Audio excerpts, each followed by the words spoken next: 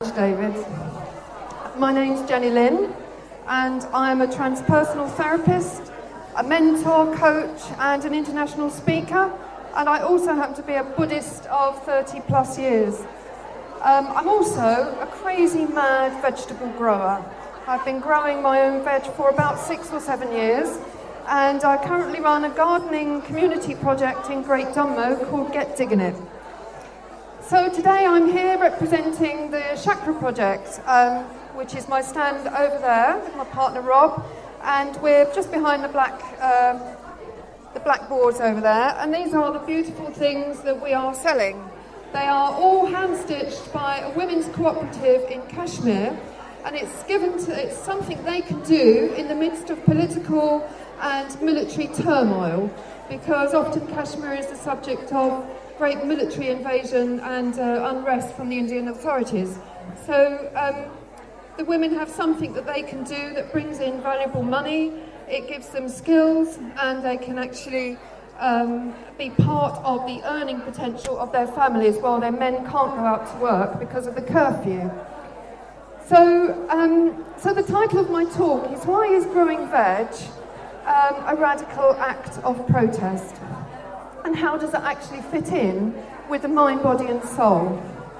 So let me just start in Kashmir.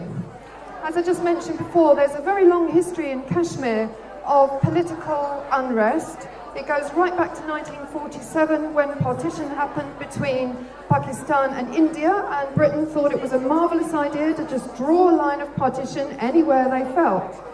And right in the middle of that line was Kashmir. So Kashmir, the country of Kashmir, became consumed or subsumed into half Indian and half Pakistani control. Since then, there's never been peace in that land.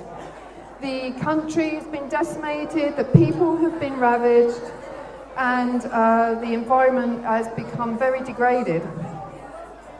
Shah and his wife Amber, the organisers for the Chakra Project, really wanted to help. They really wanted to do something to help the Kashmiri people, and they discovered that their mother, Shah's mother, had a wonderful skill in this beautiful stitch work.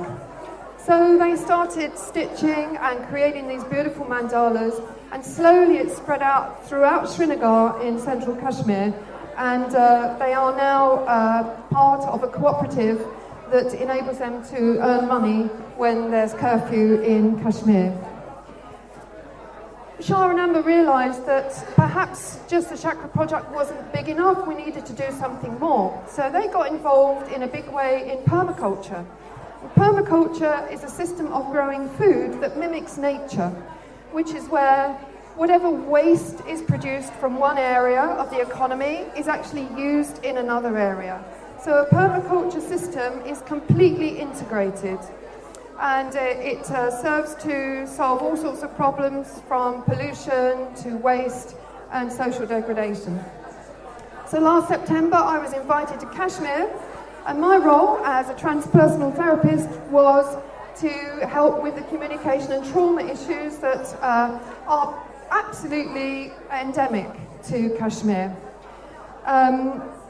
And what we really wanted to help was to sort of a transmission of hope among the grassroots of Kashmir, to enable Kashmiris to really start to change their environment and not just feel victim to what's going on. And the more that they could get involved in a permaculture solution, the more immune they are to military control. So we arrived in September in the middle of chaos. There were tear gas and pellet guns and military and armoured vehicles all over Srinagar, the capital of Kashmir. The young people were just hopelessly gathering stones to try and throw at the Indian military forces, and the forces were returning their stones with pellet guns, blinding many and killing very many people. Curfew was from 10 o'clock in the morning through till night. And minimal movement was allowed all around Kashmir. So the spirits were very low, tempers were very high, and the potential for outbreaks of fighting ever present. All goods and services had stopped, tourist industry stopped, trade stopped, Everyone in their homes, not allowed to be out. The potential, as you can imagine, for starvation was very high. But because of some very devoted vegetable growers all around the lake of Kashmir, Dal Lake, the whole country, and certainly the whole of Srinagar, was able to survive the curfew. Because they were able to distribute vegetables first thing in the morning. And they all managed to eat every day, which was absolutely amazing, considering the trauma that those people had been through. My role in this whole exercise was really to enable and to start to encourage Kashmiris to think outside of the box, to be able to empower them to take control of what they could take control of, and to remind them that they actually outnumbered in huge numbers the military presence in their country, but that their power wasn't of a military might, it was more of a soft power. It was about inner transformation. It's about working on your heart, your mind and your soul, and corralling all kinds of skills and talents that you have to build communities, regardless of military might. And so by encouraging and inspiring people to grow and exercise their spiritual power, they're pretty much immune from external control. So we've got a vision, we've got a very clear vision, but obviously it's got a lot of work to do yet. So returning to the UK, because we came back to the UK and we thought, well, we've got a major project on our hands, we've got a vision that we have to really work for. We are at the moment setting up a charity called Green Kashmir, which is all about introducing permaculture into Kashmir Valley. And when we came back, one of the things I started to think about is what would we do if our country suddenly lost the supply chains? What if the supermarkets closed in our country? Because there's no supermarkets in Kashmir. And did you know that in the UK, 73% of all of our food is distributed by 4 major supermarkets? If that supply chain dried up for whatever reason, what would we do? So, you might think that might not be probable or possible, but imagine what's going on in the world at the moment. You don't have to look far to see what's going on around the world. We've got crazy leaders and crazy stuff going on. I even heard on the radio on Friday night that there's a rationing of broccoli and lettuces across Europe.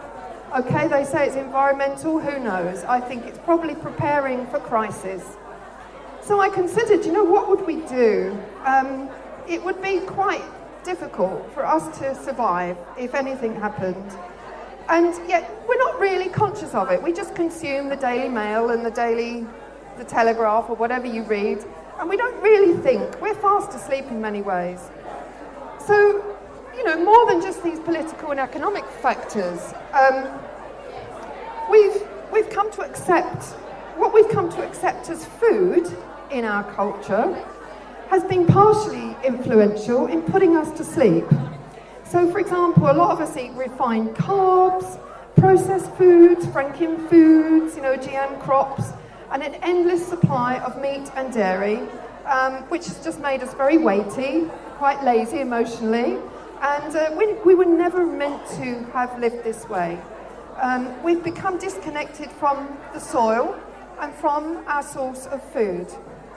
Over the years, as my work as a psychotherapist, hypnotherapist, transpersonal therapist, I've seen literally hundreds of people with all kinds of mental, emotional and spiritual issues who are literally starving to death of nutrients.